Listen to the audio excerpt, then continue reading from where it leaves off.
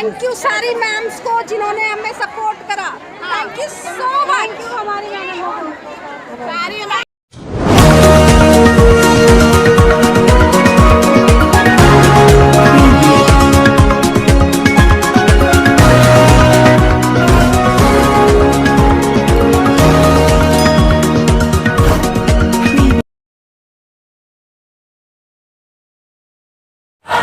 आइए और जानकारी लेते हैं कि जो आशा वर्कर हैं इनका गुस्सा जो है 7वें आसमान पर है, क्यों ना हो। आइए हम जानकारी लेते हैं। सर, जहाँ सरकार कहती है हमें महिला सशक्तिकरण की बात करती है कि महिला सशक्तिकरण की बात करती है कि भाई महिलाओं के लिए ऐसा देखिए आप यहाँ पे देखो 3 रातों से 4 दोपहर से आशा यहाँ सड़कों पे खड़ी है। पूरी रात भर में आशा यहाँ पे बैठी रही। आप यहाँ से हम अपने रिपोर्टर को मैंने पूरा कैमरा दिखाई, यहाँ पर ये क्या बुरा हाल हो रखा है। और आशाओं ने इस गंदे जहाँ शौचालय की व्यवस्था होनी चाहिए थी इन आशाओं के लिए, देखिए कितनी आशाएं हैं। आप कैमरा घुमा के देख सकते हैं कितनी आशाएं हैं। कहीं भी शौचालय का बंदोबस्त नहीं कर रखा सरकार ने, और सरकार के कानों में इतने दिनों से पता आशा यहाँ बैठी है, लेकिन हम लोगों को एक शौचालय तक का नहीं। हमारी मांगे तो बहुत बड़ी है, इनको लगता है बहुत बड़ी है, पर ये देखिए हमारे एक शौचालय तक का प्रबंध नहीं किया गया है। कैसे बोल सकते हैं नारी सशक्तिकरण की बात हम लोगों से कैसे कर सकते हैं ये लोग। ठीक है, आज केजरीवाल जी ने हमारे लिए बसें फ्री कर रखी है। ठीक है, हमारे बोला आपके लिए बिजली फ्री है, पानी फ्री है। हमें बिजली पानी बसें फ्री नहीं चाहिए, हम किराया दे सकते हैं अपने बिजली पानी बसों का, लेकिन हमारी जो मौलिक सुविधा है हमें जरूरत है। एक रोड पे बैठी, पहले तो आप अपनी बहन बेटियों को रात भर रोड पे कैसे बैठे रहने दे सकते हैं। हमें तो शर्म आती है, अपने आप में भी शर्म आती है कि हमने आपको यहाँ तक बैठाया और आपने हमें रोड पे बैठा दिया है। कितनी शर्म की बात है हम लोगों के लिए। आज हम दिन रात सड़कों पे बैठे हैं और सबसे बाद हमें ये जो सुविधा मिलनी चाहिए टॉयलेट बाथरूम की वो भी नहीं मिली है। आज हम रोडों पे बैठे हैं और इतने खतरनाक जंगलों में, इतने भयानक जंगलों में हम यहाँ टॉयलेट के लिए जाते हैं या हमारे साथ कुछ भी हादसा हो सकता है। रात भर में हम यहाँ पड़े कैसे अपनी मांगों के लिए या जायज मांगों के लिए, नाजायज भी नहीं हमारी मांगे। हम इन्हीं के 70 विधायकों के पास, 62 विधायकों के पास हमारा राजपत्र हमने सभी विधायकों से सहमति पत्र ले रखा कि हमारी मांगे जायज है। उसके बाद मैं इनसे ये भी पूछना चाहती हूँ क्या यही महिला सशक्तिकरण की आप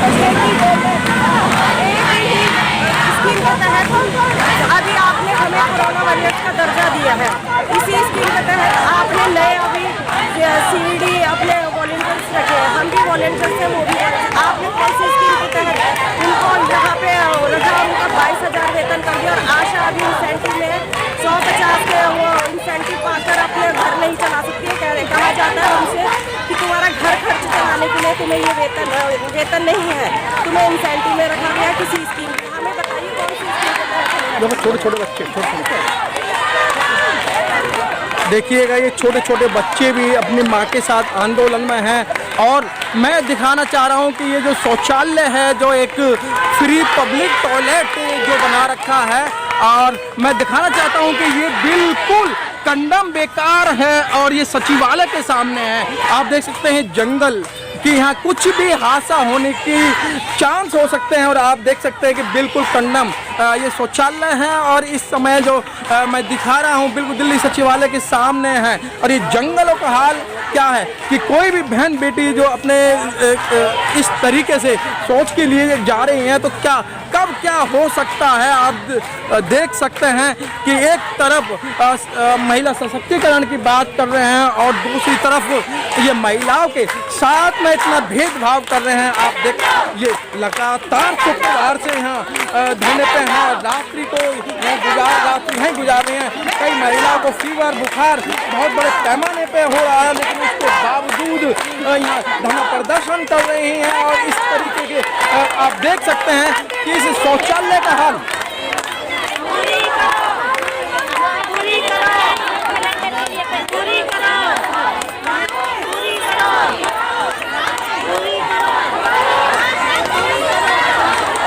भी आवान जंगल।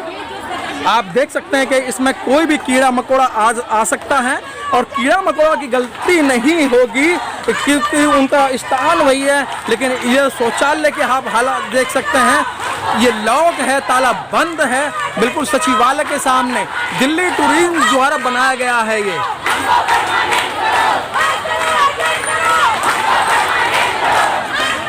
चलिएगा और चलते हैं आगे। जिस तरीके से यहाँ पर जो यहाँ जंगलों का बियावान जंगल में दिखा रहा हूँ कि यहाँ शौच करने के लिए महिलाएं मजबूर हैं क्योंकि ये जो घरों के अंदर अच्छे अच्छे टॉयलेट हैं और आज जो सरकार ने इन्हें इस तरीके से इन्हें मजबूर कर दिया है कि इस जंगलों में जाने के लिए अगर यहाँ कोई भी कीड़ा निकलता है, कोई भी यहाँ पर किसी तरीके की दुर्घटना होती है, उसकी जिम्मेदारी किसकी होगी। लेकिन सरकार के कानों पे जू नहीं रेंग रही है।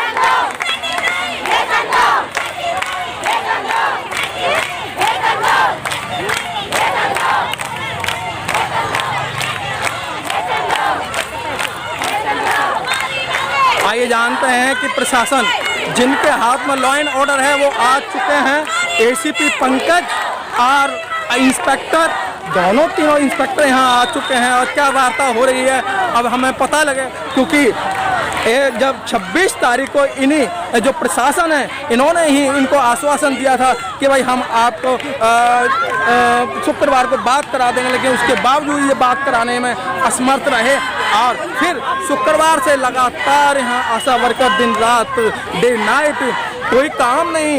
ये दिल्ली सरकार को हाय हाय दिल्ली सरकार को कोस रही है, लेकिन दिल्ली सरकार के कानों पर किसी प्रकार से जू नहीं रेंग रही है।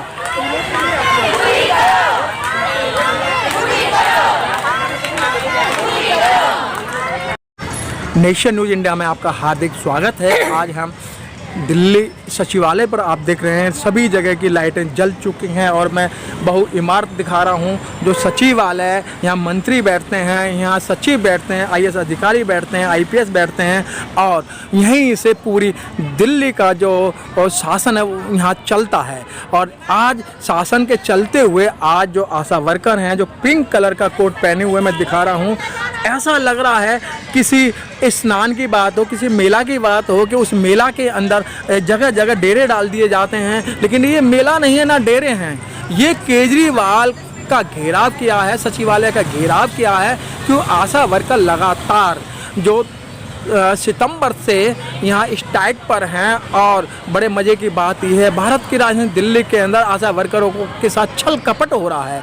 अभी थोड़ी देर पहले देखा गया कि जो राजधानी के अंदर पैसे जो ज़्यादा मिलने चाहिए वो ना मिल के और राज्यों के अंदर जैसे उत्तर प्रदेश है, उत्तराखंड है, पंजाब है या और भी राज्य हैं वहाँ उनको 3 गुना मिलता है। अगर यहाँ 1 पॉइंट का 100 रुपये है तो वहाँ 300 रुपये दिया जा रहा है। और इन्हीं सब चीज़ को लेकर इनका जो 2018 से पैसा रोका गया, इन सब के लिए जो इनकी जो अध्यक्ष हैं कविता पटवा जी ने विस्तार से बताया। आइए अब रात्रि हो चुकी है और हम बात करें, हमारे बीच में एक संगीता आशा भी हैं। संगीता जी, क्या लगता है कि आज रात्रि है, क्या तो मैं नहीं लगता कि बच्चों की याद नहीं आ रही है या आपके जो सास ससुर हैं या आपके हस्बैंड हैं उनकी चिंता नहीं है? जी बिल्कुल चिंता है। हम उन्हीं की चिंता करते हैं, तभी हम रात में बैठे हुए हैं। हमारा परिवार है, हमारे बच्चे हैं, हमारे सास ससुर, हमारी बहुत सारी घर की ऐसी जिम्मेदारियाँ हैं जिनको हम त्याग कर अपने अधिकारों के लिए यहाँ बैठे हुए। क्योंकि अगर आज हमने अपने अधिकारों की मांग नहीं की तो जीवन भर हमें सरकार की बंधुआ मजदूरी की गुलामी करना पड़ेगा। तो मैडम क्या आपकी ऐसी मांग है जो सरकार आपसे बात नहीं कर रही? मुझे लगता है कि आप जो 18 सितंबर से लगातार यहाँ आंदोलन कर रही हैं। हमारी ऐसी कोई ऐसी मांग ही नहीं है जो सरकार पूरा नहीं करना चाहती कर सकती, लेकिन हम नहीं जानते कि सरकार ऐसा हमारे साथ क्यों कर रही है। हम सिर्फ अपने छोटे छोटे ज़रूरतों को पूरा करने के लिए नहीं आशा वर्कर में काम करते, हम भी सरकारी कर्मचारी का दर्जा मांग रहे हैं यहाँ पर। हम क्योंकि उस सरकारी कर्मचारी के बराबर काम करते हैं और 24 घंटे हर कर्मचारी का एक समय होता है, चयनित किया जाता है कि 9 से 5 का काम करेगा। लेकिन एक आशा वर्कर ही एक ऐसी मजदूर बनाई है जिसका कोई समय निर्धारित नहीं किया गया। वो जब उठती है, जब सोती है, उसको ये नहीं पता होता कि कब कहाँ से किसी गर्भवती महिला की कॉल आ जाए या किसी ऐसे मरीज की कॉल आ जाए जिसको आशा की ज़रूरत हो जाए, और वो बिना सोचे समझे चल देती है, जिसका पैसा सरकार ना तो समय से देती है और ना ही उसको कोई पॉइंट्स देती है, ना ही कोई सैलरी देती है। वो निस्वार्थ भाव से एक लंबे समय से काम करती जा रही है, कम करती जा रही है। इन्हीं सब चीज़ों की अब रोक करते हुए हमारी बहन कविता पटवा जी ने एक आंदोलन शुरू किया है, ताकि हम इस बदुआ मजदूरी को छोड़ एक वेतन की मांग करें, ताकि हमारा परिवार भी एक सुख शांति का जीवन जी सके। लेकिन संगीता जी, ये तो सुप्रीम कोर्ट के ऑर्डर भी हैं, संविधान के अंदर भी लिखा है रात्रि 8 बजे के बाद में कोई भी महिला आंदोलन नहीं कर सकती है, सार्वजनिक स्थान पर नहीं घूम सकती है। लेकिन आप दिल्ली सचिवालय के सामने यहाँ बैठी हैं, सरकार को क्या संविधान की याद नहीं आ रही है? आप संविधान का उल्लंघन कर रही हैं। ये देखिए ना, क्या सरकार को नहीं पता? सरकार को भी ये बात मालूम है कि रात के 8 बजे के बाद में अगर महिलाएं घर के बाहर बैठी हैं तो उनका कारण क्या है? ऐसा कौन सा जायज नाजायज कारण है कि महिलाओं को यहाँ बैठने पर मजबूर कर रहा है? ऐसा कौन सा संवैधानिक अधिकार का हम उल्लंघन कर रहे हैं यहाँ पर बैठकर? जो सरकार उनको ऐसा लगता है कि हमें उनकी बातें नहीं माननी चाहिए। हमें संवैधानिक अधिकार है कि हम अपनी जायज मांगों को लेकर कहीं भी किसी तरीके से प्रोटेस्ट कर सकते हैं, और जब तक हमारी मांगों को पूरा नहीं किया जाएगा और हम जब तक यहाँ बैठे रहेंगे। देखिए मैडम, जब आपने ये अभी 26 तारीख को आंदोलन किया था, 26 तारीख को जो यहाँ का प्रशासन है उसने आपके लीडर से, आप लोगों से रिक्वेस्ट की थी कि हम शुक्रवार को आपकी बात करा देंगे। लेकिन शुक्रवार को भी जो मंत्री हैं सत्येंद्र जैन जी या जो केजरीवाल जी हैं, उन्होंने आपसे बात नहीं करी। अब क्या कर सकते हैं, वो हमसे बात नहीं की, तभी हमें दोबारा यहाँ पे मजबूरन अब धरना प्रदर्शन करना पड़ रहा है। कि ऐसा उन्होंने हमें सिर्फ तर्क में हमें सिर्फ एक जुमला पकड़ा दिया कि हम बात करेंगे, टालम टोल आशा वर्कर एक बार आई है रोड पर और फिर बाद में धीरे करके भूल जाएगी। उसको तो जितना समय तक बेवकूफ़ बनाया जा सकता है सरकार बना रही है, लेकिन इस बार आशा वर्कर जाग चुकी है। अब आशा का शोषण अब नहीं होगा, सरकार हमारा इंसेंटिव नहीं, अब वेतन ज़रूर देगी।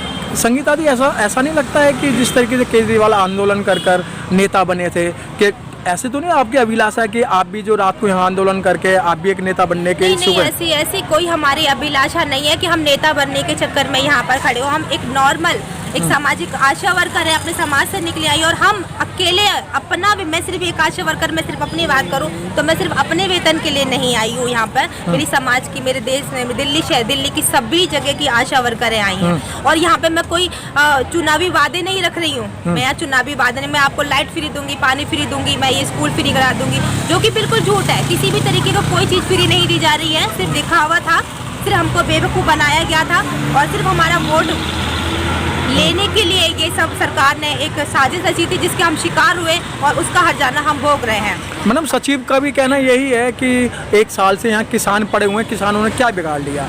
तो ऐसी ही वो किसानों की जो तुलना जो आप लोगों से कर रहे हैं कि आप यहाँ आंदोलन करोगी, क्या बिगाड़ोगी? अच्छा, मतलब हम कुछ बिगाड़ ही नहीं सकते।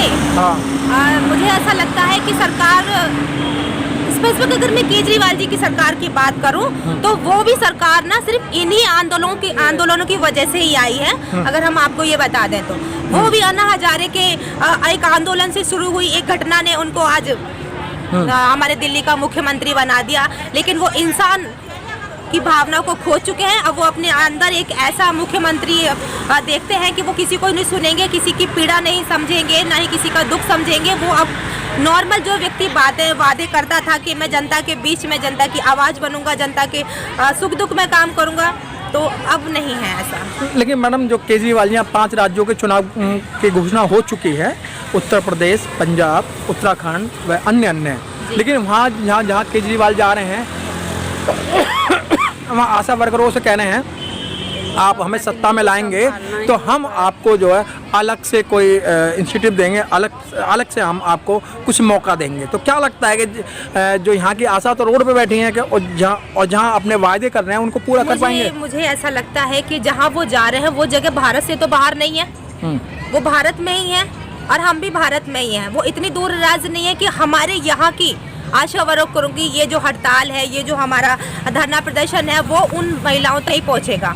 जो जिस मुख्यमंत्री से यहाँ की आशा वर्करों का तो कभी किसी परेशानी का निदान नहीं हुआ, वहाँ की से कर लेगा। और हमें नहीं लगता जिस तरीके से हम बेवकूफ़ बने हैं वहाँ की आशाएं बनेंगी। वो जान चुकी हैं, वो समझ जाएंगी कि ये बेवकूफ़ बना रहा है। अब इसकी राजनीति यहाँ नहीं चलेगी। इसने दिल्ली में पागल बना दिया, मगर पंजाब और उत्तराखंड में वो मुख्यमंत्री नहीं बनेंगे। हाँ, उत्तर प्रदेश की बात कर रहा हूँ ना, अभी उत्तर प्रदेश के अंदर उन्होंने घोषणा की थी, अभी सरयूग नदी, उत्तर प्रदेश के अंदर सरयूग नदी, वो सरयूग नदी के अंदर एक धूप बत्ती अगरबत्ती जलाकर कोरोना भगाने की बात कर रहे हैं। और जो कोरोना भगाने वाली आशा वर्कर हैं उनको ये घास नहीं डाल रहे हैं। क्या लगता है धूप बत्ती अगरबत्ती से कोरोना भाग जाएगा? धूप बत्ती अगरबत्ती से कोरोना भागता तो आज इतने सारे लोग जिन्होंने शमशान भर दिए, जिनके घर से न जाने कितने लोग हमारे कोरोना में चले गए छोड़कर, क्या उनके घर में धूप बत्ती अगरबत्ती नहीं होती थी? तो मैडम क्या तो पागल बनाया जा रहा है, धूप बत्ती लोगों को आकर्षित किया जाए। जैसे दिल्ली में अलग अलग तरीके की चीजें दिखाकर केजरीवाल ने जनता को पागल बनाया, ऐसे वहाँ बना रहे हैं। अच्छा मैडम, चलते चलते मैं एक अहम क्वेश्चन आपसे करना चाह रहा हूँ। जिस तरीके से आप लोग यहाँ बैठे हैं, मेन स्ट्रीम मीडिया जिसको एक भारत का चौथा अंग कहा जाता है, चौथा पिलर कहा जाता है, वो मीडिया आपकी बातों को क्यों नहीं उछाल रहा है, क्यों नहीं आपकी सच्चाई कह रहा है? वो इसलिए नहीं कह रहा क्योंकि उनको मना किया गया है। उनको मना किया गया है कि अगर जनता के बीच में हमारी आवाज आएगी तो उन्हें सुनना हमारी मजबूरी बन जाएगा। उन्होंने इसीलिए रोका हुआ है, वरना कोई भी मीडिया, कोई किसी तरीके का प्रशासन का व्यक्ति, कोई भी पदाधिकारी हम लोगों तक क्यों नहीं मिलने आ रहा। हाँ, जरा सा एक पेड़ कट जाए, किसी मंत्री का बेटी का पर्स चोरी हो जाए, किसी को खांसी हो जाए, मीडिया आ जाती है। या दिन रात हमारी आशाएं बहना रोड पर यहाँ पड़ी हुई हैं, अब तक किसी मीडिया को खबर ना हो, ऐसा हो सकता है? लेकिन नहीं, उनको रोका गया है। ये एक सोची समझी साजिश है, ऐसा नहीं है कि उन्हें नहीं पता। लेकिन मैडम मीडिया इस समय या तो फिल्मी एक्टरों के पीछे पड़ी हुई है, या फिर जो राजनेता हैं, अगर घरवाले की चप्पल टूट गई तो ये उसमें ये देखते हैं कील कौन सी कंपनी की लगी हुई थी, बड़ी गहराई से देखते हैं। तो क्या लगता है कि ये आप उनको नजर नहीं आ रही हैं? तो उनको वो तो गोदी मीडिया है ना सर, वो तो ये देखो ना, क्योंकि उनको तो बिकाऊ मीडिया है जो उनको पैसा देता है। उनकी कील क्या, उनकी बिंदी क्या, उनका खून खांसी सब देखती है वो हर तरीके से। और यहाँ हम लोगों की, आम जनता की जान भी चले जाए तो उस मीडिया को कुछ फर्क नहीं पड़ता, कुछ नहीं दिखाई देता उसे। मैडम, इतनी रात्रि के अंदर भारत की राजधानी दिल्ली के अंदर आशा वर्कर जो है घरों के अंदर अपने अच्छी जगह मुख्यमंत्री संभालता नहीं, वो चलाए ऐसा नहीं है सबक सिखाने के सरकार यहाँ पे केजरीवाल जी की भी सेंट्रल गवर्नमेंट भी है, दिल्ली गवर्नमेंट भी है। मैडम, सेंट्रल गवर्नमेंट ने तो ये कहा था कि भाई बेटी बचाओ बेटी पढ़ाओ का नारा दिया था। आज बेटी रोड पर, बेटी बच गई, बेटी पढ़ गई और बेटी अब रोड पे बैठी हुई है, रोड पे बैठी हुई है। यही उन्होंने एक भविष्य बनाया था, तो अब पहले से बता रखा था ना। अच्छा मैडम, जिस तरीके से केजरीवाल जी जगह जगह बार जाके आश्वासन दे रहे हैं, तो उन महिलाओं को आप क्या संदेश देना चाहती हैं? मैं उन महिलाओं को, सभी आशा बहनों को मैं ये संदेश देना चाहता हूँ, बहनों ऐसे इसके बहकावे में बिल्कुल मत आना। हम सारी बहनों ने इसको अपने सारे इतना वोट से इनको मुख्यमंत्री बनाया, और आज हम एक पैसे के लिए, अपने इंसेंटिव के लिए इतना घर घर जाकर परेशान काम करने के बाद भी रो रहे हैं। आप इसकी बातों में आकर बिल्कुल भी इसे सरकार हाथों में ना दे देना। तो फिर किसकी बातों में आना चाहिए? जो हमारे समाज की महिलाओं की सुरक्षा कर सके और उनके शिक्षा पे काम कर सके और उनके सही मतलब वहाँ पे जो भी बेरोजगारी, उनका बेरोजगारी को दूर कर सके। हमें ऐसी सरकार बनानी चाहिए, ना कि ऐसे जो झूठे लाइट फ्री दे दूंगा, पानी फ्री दे दूंगा, ये सिर्फ दिखावे, ये फ्री के चक्कर में बिल्कुल मत आना। ये सिर्फ दिखावा है, बाद में इससे कहीं ज्यादा ये हमसे ले लेता है, जैसे कि हमारे साथ हो रहा है। इनके चक्कर में बिल्कुल मत आना। लेकिन मैडम अभी एक आंदोलन था, उसमें बताया गया कि जो SC/ST का जो पैसा था 28,000 करोड़ रुपया बिजली पानी फ्री देने में लगा दिया। मतलब क्या लगता है आपको? सब इनकी जेब में गए। ये तो सारी जनता से ही वसूल करेगा। जनता को जब समझ में आ जाएगा तो जनता अपना हक तो जरूर मांगेगी। चाहे आज हम मांग रहे हैं तो जनता भी इनका हक मांगे। जैसे ही जनता इनको ऊपर सीढ़ी पे बैठाया है तो वो सीढ़ी से उतार भी सकता है। ठीक है मैडम।